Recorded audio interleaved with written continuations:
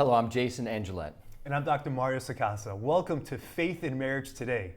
Jason, we have a TV show. I know, hot dog, right? This is awesome. I'm excited about this opportunity. There's so much that, by the grace of God, that we've been able to do with the Apostolate of Faith in Marriage. And here we are with a TV show that we're going to be able to get into a whole lot more than we could just behind our desk. It's been awesome, man. So since I've joined the team in August, it's been a gift to be able to stretch our wings into this media space, from the podcast to the Facebook Live events to stuff on YouTube. Yeah. And now we're able to kind of bring some of these different elements together in a set television show here. I mean, there's so many different channels. The president and the CEO of Willwood's Community, Ron Yeager, he always talks about there's all these different channels out there, and we just got to make sure that the light that we're called to be in the world, the lamp, be high on the lampstand to give light to all people. We need to find all those different ways and bring that light and bring that truth, and hopefully this will be that opportunity for us. So what are we doing with the show? Well, this is great. You know, so the title is The Faith in Marriage Today, and the thing is that we don't want to just limit it to marriage and family life, but we will obviously be getting into that as well. Right. But we want to talk about everything that regards to the faith, but also practical things of how to maybe manage a budget, like dealing with the stresses of life and trying to be the person that God's calling us to be in the real world, and things also too like movies, right?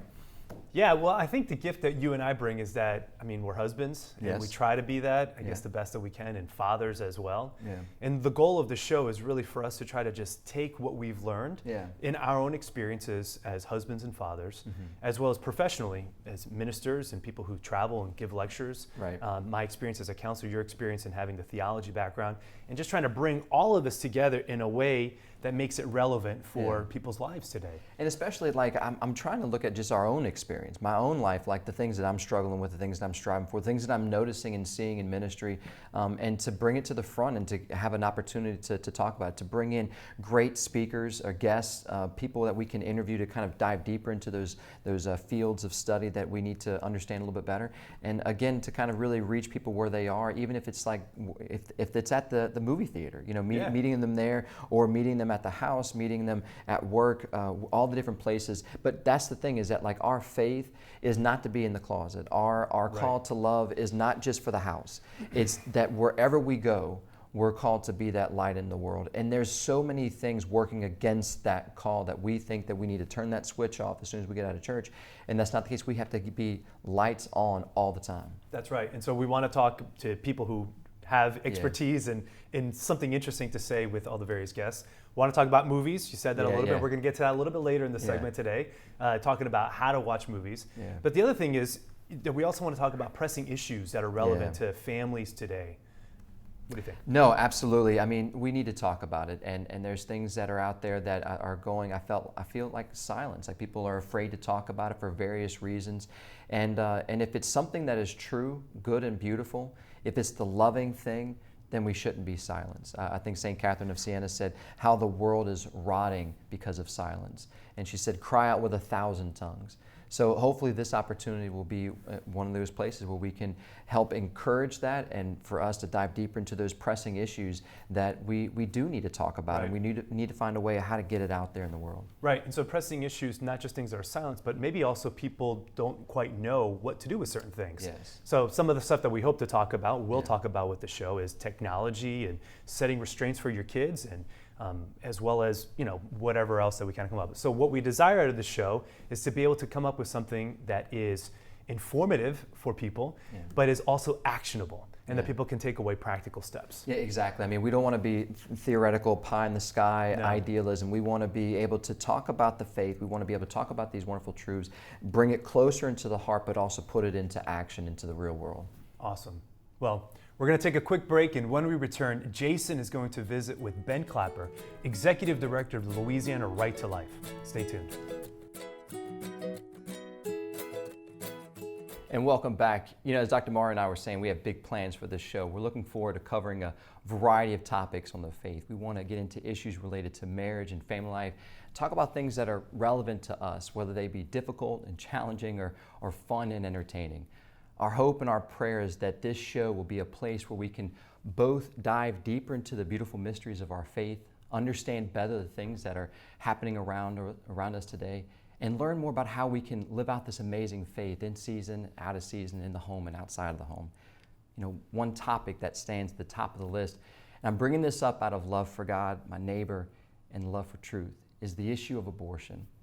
Just bringing up the word seems to easily enrage people to the point that a conversation based on facts is close to impossible. But just because it's controversial or difficult to talk about, that doesn't mean that we shouldn't try to bring up truth and love into this world. Truth should not be silenced, and our call to love cannot be ignored. So with that, I want to share you 3 truths. First, science tells us that human life begins at conception. This is not based on some kind of a religious belief, but a scientific fact. Science proves beyond a shadow of a doubt that life begins at conception.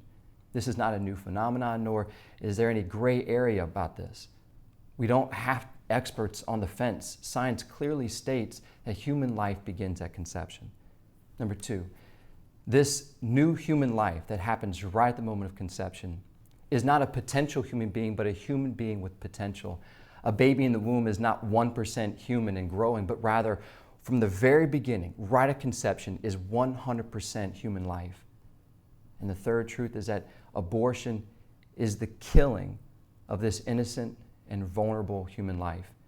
An abortion is taking a 100% human being, which is 100% alive, and makes it 100% physically dead. And this choice to abort, this so-called right that we as a country have allowed, promoted, protected by law, and funded by taxpayers since Roe versus Wade, have taken the lives of over 61 million people. If we were to feel that impact of that number, of that loss all at once, that would be like snapping your fingers like Thanos. And everyone right now, living in Alabama, Louisiana, Kentucky, Oregon, Oklahoma, Connecticut, Iowa, Utah, Arkansas, Nevada, Mississippi, Kansas, New Mexico, Nebraska, West Virginia, Idaho, Hawaii, New Hampshire, Maine, Rhode Island, Montana, Delaware, South Dakota, North Dakota, Alaska, Vermont, Wyoming would all be gone. Each one of those states empty. Every man, woman, and child living would be dead. Every school, college, kindergarten, classroom, daycare center, library, cafeteria, home, business, everywhere, there would be no one there. For those of us who see the tragedy surrounding this issue not only the taking of innocent human life, but the hurt and the pain that has caused so many mothers and fathers, our community. For those of us who see this and value human life at every stage, and who have it in our hearts to protect innocent human life and want to know more of how to help those in need, then the question rises, what can we do? What can we do to help build better a culture of life and love? And this brings me to our first guest, someone who has been on the front lines for over a decade of building this and fostering this culture of life and love. Is Benjamin Clapper, Executive Director for Louisiana Right to Life. Ben, thanks so much for being with us today. Awesome to be here, Jason. Congrats on the new show. Oh, man. Praise God. Yeah, thank you for being with us. Again, this is something near and dear to my heart, and I'm just so glad it worked out that you were able to come. I know you're really busy. You're at the state capitol a lot this week and also next week. But first, talk about Louisiana Right to Life. What's the mission? Sure. Louisiana Right to Life's mission, we were founded in 1970, and our mission is to restore the right to life in Louisiana through education, legislation, activism, and service. We believe every human person, born and unborn, deserves the right to life. We're out to protect that. And by ending abortion and these other life-destroying actions, we can bring us a culture of life in our nation. Amen. So right now, if anybody's obviously looking at the news, there's a lot of conversations. Sure. There's a lot of people talking about this. It's all over social media. What's happening right now on the legal background, the legal side right now? Well, you're right. It's a lot of angst in our nation right now, and the pain that abortion has brought in our country drives the intensity, which reminds us that we have to be compassionate stewards of the truthful message that we have, that abortion kills babies, and we need to protect them. But right now you're seeing states like Alabama, Georgia, Louisiana making strong legislative moves to pass laws to protect unborn children, whether it's the heartbeat bill, whether it's what's happened in Alabama through a direct ban on abortion, whether our constitutional amendment that we're moving forward in the state. Right. You know, I think states right now are fed up of over 40, almost 50 years of legal abortion in our nation. And people feel, justice delayed is justice denied. That's what Martin Luther King Jr. said. That's right. And we need to take action to protect these unborn children. The Supreme Court, of course, is still ruling in our nation that we can't protect these unborn children through our state laws, which is a travesty, almost like what they did in the Dred Scott decision in the 1800s. Yes. And we need to rectify that, and states want to challenge the Supreme Court. And of course, the big question is, what will the Supreme Court decide? We're years away from that. Louisiana is going to be before the Supreme Court, coming up soon on our admitting privileges law, so there's a lot that's going to happen, a lot to stay tuned to. Well, I noticed on your website, prolifelouisiana.org, at the very beginning you see, one, obviously you can sign up for your emails, and please do that. But the other thing is that 25 laws, pro-life laws, that y'all have been able to put in since 2007. The majority of people living in Louisiana, I think across the country, like we're all leaning towards pro-life. Sure. We're moving in that direction. We're moving in that direction. Right. And then we see also too that Louisiana, like you were saying, is the third most pro-life state in the country. Yeah, and we were number one. I think we're still number one. I think we're getting, anyway, that's for another day. It's a good fight to be in. It's a good fight, right? It's good, healthy competition. Absolutely. But 70% of Louisianians are pro-life. Our polling data shows that. In America, we believe it's right about 50-50 if people self-identifying as pro-life or pro-choice, right? So, but that number has grown since the 90s. Yeah. So we're moving in the right direction. Little children have in their baby books, and teenagers for that matter, their ultrasound picture. It's becoming more common sense, and we need to mainstream the pro-life movement. We shouldn't be the exception. No. Protecting human life should be the norm in our nation. And it's funny because you see the coverage that the pro-choice, the pro-abortion stance side will bring out, and you feel like because you see so much of it, you think that you're a minority. You're overwhelmed by everybody around you, and by saying something, you're going to be the oddball out. That's right. Well, I think people in Louisiana especially have to remember that 7 out of 10 people that you meet are pro-life. Yeah. That's what our data shows. Right. And we should be confidently and proudly pro-life. Yes. We should be talking about it. We should not be afraid, because remember, in the eyes of history, we're going to be on the right side of history, right? Yes. History, on the right side of history is always when we protect the right of a human person. Yeah. And that's what we're doing, and history will affirm that dignity in time. And I think something that is being brought to the front too, affirming that the being pro-life is also pro-love. That's right. That this isn't just a matter of like we're in it to just want to have babies. Like we're in it to protect innocent human life, and we're in it to protect love. Right. And the loving thing to do is to care for everybody in this whole thing. That's right. And that's what the pro-life has always been about. I'm like, what post, tweet, or what blog went out that said that a person who's pro-life is only worried and only concerned about the child in the womb? Absolutely. We believe love them both, right? Love them both from the Mother very and beginning. Baby. That's right. And to detract from that, to try to accuse someone is like a red herring. Like, no, let's go back to the point. You're missing the point of what we're saying from the very beginning. And the connection. Don't you think, don't we know, don't you know too that the fact that the baby is very much well connected to the mother? Yeah. And we know that too about the father. That's why, like, if a dad, leaves the father and the mother and does his own thing, well, he's got to pay child support because he's connected to that child. That's right. And we have years that this person, because there's a connection to the mother. We've always known that, and we've always been trying to promote and protect and provide this atmosphere, this environment, this culture of life and love. That's right, yeah. Yes. Our law is riddled with inconsistencies. If a woman is driving to an abortion facility, she's a block away, she's hit by a drunk driver right there. The baby and the mother dies. The drunk driver is charged with double homicide. Yeah. A block later, that baby's life could have been ended for $400. No one ever would have known. Wow. Well, Ben, our time is running short, unfortunately. Tell me this. What can we be doing right now? You've got a lot of stuff that you're doing on your level. I wish I could be right there with you at the state capitol and working right beside you. That's all right. We all got a role to play. We all have a role to play. Where can we find out what roles we can play better? Sure. Right now we have a constitutional amendment that's going to be on the ballot. It looks like October 12th. We need pro-life people to be serious about this in Louisiana, because the other side is going to fight hard against this. Absolutely. And we need pro-life people to go to the polls Saturday, October 12th, and vote yes to our Love Life Amendment. We'll be giving more about that. But visit our website, prolifelouisiana.org, where you can sign up for our information, stay in touch. Make sure that you're praying for life on a regular basis, fasting for life, and make sure that you're proudly proclaiming your pro-life values. Put a bumper sticker on your car, wear precious feet pins, do on social media, make posts about life. Let's mainstream. We're the norm, not the exception, but it takes people stepping out in faith and action to do that.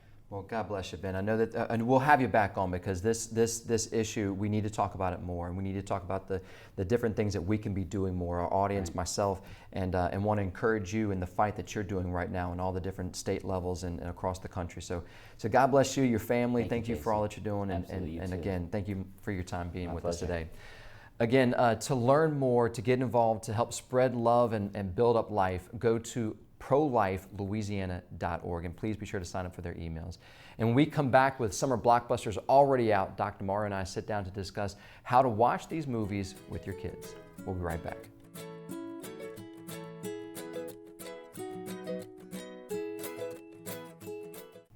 Welcome back to Faith in Marriage Today. Jason, one of the things I've appreciated about our many conversations is the way that we watch movies. Yes. There's such a similarity in the way that we watch movies. A movie is not just a movie. Absolutely. So the importance of picking up deeper meanings with films, but then also the ability to communicate that to our kids. Yes. So what do you think about films and movies in general? Well, I've watched probably way too many, more than I should in my day. Me too. But I love the story. I love to be inspired. I love the creative beauty that comes out of these things, and the storytelling, and how it can convey something so powerful, and it can reach through audiences with different backgrounds. It can compel the heart to move, to cry, to laugh, to be afraid. It does all these things. And so, but with such great power to do something like that comes from a movie, comes great responsibility. Spider-Man. So, but the point, the point though is that so we've got to appreciate this beautiful gift that we have in all these movies, but then the responsibility of what we're watching and how that can play an impact. One, just as us watching it just as guys, but then two, as a father, introducing particular movies with particular themes to our children, and what is the message, what are they conveying, and how do we help them in understanding how to watch movies. Yeah, when I was in college, 3 classes in my undergraduate really impacted me. And one of them was I took a class on multicultural film, which basically, we watched the movie on a Tuesday, and then we had to talk about it on Wednesday and wrote a paper on Friday, basically. So every week we were watching different movies and then just talking about them in class. In the very first movie we watched, that in my real life. I know. The very first movie, credit for that. I got college credit for it. So Florida State University, public education all the way. Go Noles. Go Noles. The very first movie that we watched was Sleepless in Seattle. Yes. And the professor just blew my mind, breaking open all the hidden meanings behind it, and the different ways of looking at the comparison between Tom Hanks' character and what was the other guy's name? Meg Ryan's the lead. Not Meg Ryan's the lead, but whatever the dude's name is. I completely went whatever. Blank, didn't know you're the guy who doesn't get Meg Ryan at the end of the movie. Right. And the stark comparisons between the two. And I was like, that's it. This is how I've watched movies my whole life. And now I have a class that has given me tools to dive deep within them. So my wife now knows that following every movie, there has to be a mandatory 30-minute processing time of how to have a discussion about the films. Yes. And my kids, who are of age now, 14, 9, 8, no, it's 11. They've had birthdays. They keep changing. They keep having birthdays. So anyways, 14 to 4 is where they're at. They now know that after we watch a movie, we got to talk about it.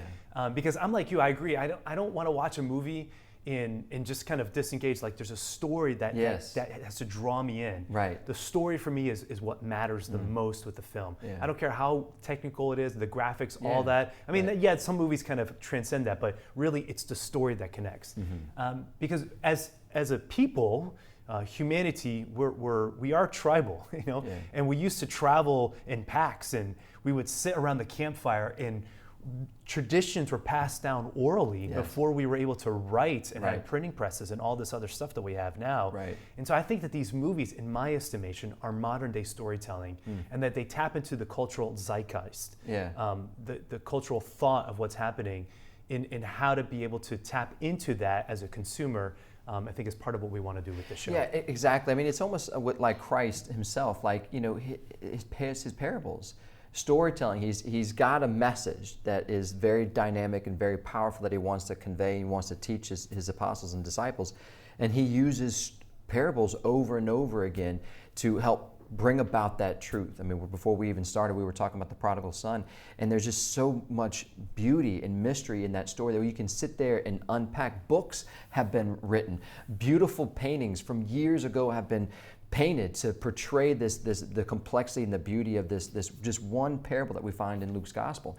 So yeah, the storytelling taps into something, and that's why I think it's important for us to be good storytellers in ourselves and how we try to convey our messages and things like that. But at the same time, like, be critical, I think, of times when we're going to listen to a story, watch a story or movie, and not just sit there and just, I think, be blown away with this kind of I don't know, just not taking advantage of what we can do to kind of understand the film better. Yeah, absolutely. And I think that means also that we're not only watching kind of squeaky clean films. Yeah, I mean, you got to know when to introduce certain things with your kids, right? So sometimes there's movies that might have a little swearing. You know, how do you talk to your kids about that? Might have a little violence. Right. And some movies might have alien symbiotes who, prey on people. Yeah, so how do you expose that to your children? It's a good age for that, Jason. Sometimes it just depends. It's putting an age on that is kind of difficult. Behind the scenes information. But anyway, the point though is that we do have this responsibility. I remember watching this show one time. It was on maybe I forgot what channel it was on, but it was this father who was this like amazing surfer, and he was in Hawaii, and he's won all these championships and all that trophies. And he's got two small children, and he's like, as he's talking, he's like, I want my kids to be exposed to all the things that I've been exposed to. And when they said that, they clipped to a picture of him on the surfboard in a very light surf with his 3-year-old son kind of on the board, and he is in complete control, guiding his son to the shore. And that's precisely, I'm like, you're not sending him on the board and throwing him out to the big waves. It's an opportunity that we have as parents to engage in those steps every step of the way, to help prepare them and lead them to where they do have the skills, the understanding, the insights, what to be aware of, all these things, so that they can go out there into the big surf. Well, yeah, because we don't live in a bubble, and I think as we said this earlier, the focus of this show is to encourage people to come together, to learn, but then also to go, and that's the rhythm of the Mass ultimately. That's right. We come together, and then we're sent forth back into the world. Yes. And like you said, the role of the dad then is to try to have the kid on the surfboard to help them to learn to navigate the waves and the turbulences of life. So we can't all just kind of run for the hills and bury head in the ground and avoid culture. Right. We have to learn how to engage with culture, to be smart consumers of the media. We have to be able to have discerning hearts for ourselves first, but then we have to be able to teach our kids how to navigate those lines as well. And there's sometimes where I tell the kids, like, look, sometimes the surf is too bad for anybody to get on. It's too dangerous. And there's certain movies, just because I'm old enough, I'm older than 18, it doesn't mean that I should go ahead and watch every single thing out there. I've got to have prudence, and I'm trying to show with my own witness that, guys, look, I don't just watch anything. Now, there's sometimes I'll watch them like, man, I wish I didn't watch that. I'm trying my best to make sure that I know what I'm getting into before I go into it. Yeah, I'm with you, man. It's really a hard line. So I think that's the thing we want to kind of encourage our parents is to recognize that it's a tough balance sometimes. And it's important for us to engage in that balance. And it's important for us to engage. And there are going to be times where you're going to watch a movie. Maybe a movie like I loved when I was a kid was The Princess Bride. Oh, great movie. Watched it with the kids. Forgot that the ending that he calls the guy an SOB. And that comes on at the end of the movie, and I was like, well, we don't say that. We don't use that word, but that's okay, So we want to be able to encourage parents to it's okay, like try to wrestle with the waves. Well, there's a little some bit, of the things that we've done practical speaking. We've done VidAngel, and there's also another, I think, PureFlix you can do. But VidAngel allows you to kind of go through some of those movies that you watch as a kid. You're like, oh, this is great. Then you all of a sudden quickly turn it off. You're like, hey, we're going to watch something else because you didn't realize all those things that were going on in that movie because you didn't remember it. But this will be able to give you that filtering process to kind of show them good things like Princess Bride or Goonies or whatever you want to show them. Awesome. Well, when we come back, we will close out the show with some final thoughts. We'll be right back. As we conclude our show, at the end, thinking about all the wonderful things that we were able to talk about, and the point of this show too is that we want our viewers to come and to hopefully be enriched, inspired, and to learn and to grow, but also to walk away and to take some action steps. So we thank you for coming, and now as we are ending the show, what is it that we're hoping to impart to go? And I think one of the things that obviously we talked about is that pro-life is pro-love, and we need to do more. We need to, as Ben was saying, we need to fast, we need to pray, we need to learn this beautiful truth of life and love and proclaim it in season, out of season, and not be silent about it. And great website that we can do that and learn more and how we can be engaged and involved and help sponsor and support the pro-life movement is Pro-Life Louisiana. And I'm sure there's all kind of wonderful, great websites too to go to across the country. But that's a one first step to kind of take that initiative of what can I do more. Second step we would encourage you to is to watch a movie with your kids this summer. Make time to watch one of those movies and invite your kids along. And then when the movie's done, talk to them. So a couple things that you can just kind of lead a conversation with is, what did they like about the movie? Mm-hmm. What messages did they think that was being conveyed by the story of the film? Your kids are a lot more attentive and astute than we realize, so give them an opportunity to talk. If you need more information or kind of websites that you can go to get some prompts as to how to have these conversations with your kids, go to commonsensemedia.org. Great reviews that are tailored for parents to know what is exactly happening in movies, as well as the USCCB's movie reviews. Excellent. Well, thanks so much, Mario. It's been a pleasure being with you, brother. I hope we have many of these to come, and we're really looking forward to the future. It's awesome, man. All right. Well, that's our show for today. So be sure to follow us on Facebook, like us on Instagram, subscribe to our YouTube channel, and learn more about the work that we're doing at Faith in Marriage at faithinmarriage.org. Also, if you have any questions or comments, we would love to hear from you on those platforms. So please check us out. We look forward to being with you again next time. Until then, God bless.